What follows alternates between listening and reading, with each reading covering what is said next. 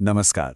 कभी सोचा है कि वो कहानियां जो हम बचपन से अपनी दादी नानी से सुनते आए हैं, या वो गीत जो हर शादी ब्याह और त्योहार पर गाए जाते हैं, वो आखिर आते कहाँ से हैं?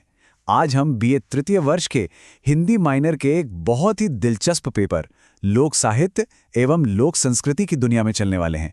यकीन मानिए, ये सिर्फ एक विषय नहीं है, बल्कि हमारी अपनी जड़ों को समझने का एक सफर है। तो इस सफर को शुरू करने से पहले आइए एक नजर डालते हैं अपने रोड मैप पर। हम सबसे पहले इस विषय का एक छोटा सा परिचय लेंगे, फिर एक एक करके हर इकाई की गहराई में उतरेंगे और आखिर में ये भी देखेंगे कि ये ज्ञान हमें किताबों से आगे करियर में कहाँ तक ले जा सकता है। किसी भी विषय को पढ़ने से पहले उसकी बुनियाद को समझना बहुत जरूरी होता है। तो चलिए सबसे पहले इस प्रश्न पत्र से जुड़ी जो भी बेसिक जानकारी है उसे देख लेते हैं। तो जैसा कि यहाँ दिख रहा है, ये बीए तृतीय वर्ष का हिंदी साहित्य का माइनर पेपर है। इसका नाम है लोक साहित्य एवं लोक संस्कृति। सबसे जरूरी बात, इसके क्रेडिट 6 हैं, जो इसके महत्व को दिखाता है। और हाँ, कुल 100 अंकों में से 70 विश्वविद्यालय परीक्षा के हैं और 30 अंक सीसीई के। मतलब क्लास में आपकी सक्रियता बहुत मायने रखेगी। तो शुरू से ही ध्यान देना है। चलिए, अब विषय की रूपरेखा तो हमने समझ ली। अब सीधे पाठ्यक्रम के अंदर चलते हैं। हमारी पहली 2 इकाइयां उन बुनियादी अवधारणाओं पर हैं जिन पर यह पूरा विषय टिका हुआ है। पाठ्यक्रम का ये भाग ब ही हमारे अध्ययन का केंद्र है। असली मजा यहीं से शुरू होने वाला है। तो चलिए बिना किसी देरी के इसमें गोता लगाते हैं।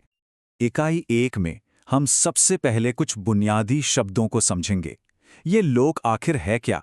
लोक साहित्य किसे कहते हैं? लोक संस्कृति का क्या मतलब है? और सबसे दिलचस्प बात, हम ये भी जानेंगे कि लोक साहित्य और जिसे हम मुख्य धारा का साहित्य कहते हैं, उनके बीच क्या रिश्ता है? क्या कोई अंतर संबंध है? दूसरी इकाई में हम थोड़ा और प्रैक्टिकल हो जाएंगे। हम लोक साहित्य के अलग अलग रूपों को पहचानना और उन्हें वर्गीकृत करना सीखेंगे, जैसे कि लोकगीत, लोक कथा, लोक गाथा वगैरह। पर हम ये भी समझेंगे कि इन मौखिक परंपराओं को इकट्ठा करना, यानी उनका संकलन करना, कितना मुश्किल काम है। इसमें क्या क्या समस्याएं आती हैं, इस पर भी बात होगी।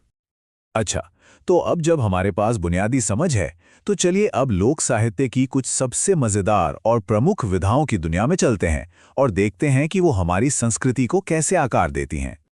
इकाई 3 पूरी तरह से संगीत और नाटक के बारे में है। हम उन गीतों को समझेंगे जो जन्म से लेकर मृत्यु तक हमारे जीवन के हर संस्कार का हिस्सा हैं।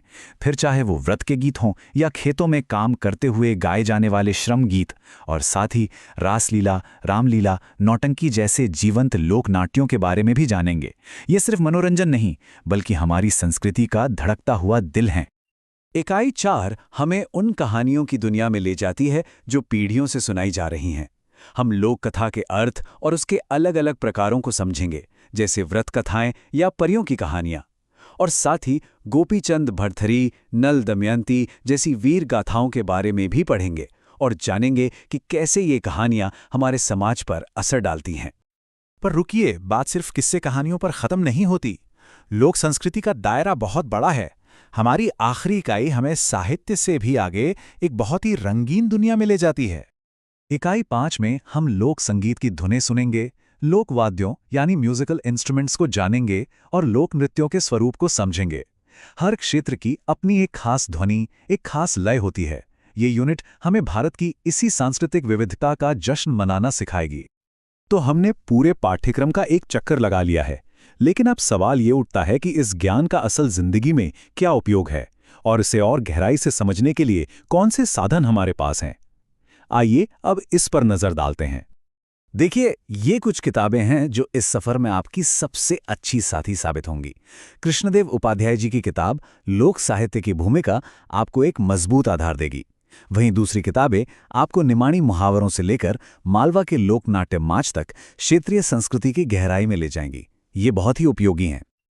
और अंत में करियर। ये विषय पढ़ने के बाद आपके लिए कई रास्ते खुलते हैं।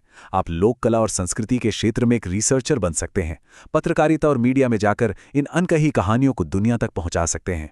किसी सांस्कृतिक संस्थान के साथ काम कर सकते हैं या पर्यटन उद्योग का हिस्सा बन सकते हैं। यहां तक कि प्रदर्शन कला के क्षेत्र में भी अपार संभावनाएं हैं। तो अंत में ये सब कुछ हमारी अपनी विरासत से जुड़ने के बारे में है। मैं आपको बस एक सवाल के साथ छोड़कर जा रहा हूं। अपने आसपास देखिए और सोचिए कि आपके क्षेत्र की वो कौन सी लोक कला या परंपरा है जिसे आप हमेशा के लिए जीवित रखना चाहेंगे। इस पर विचार जरूर कीजिएगा। धन्यवाद।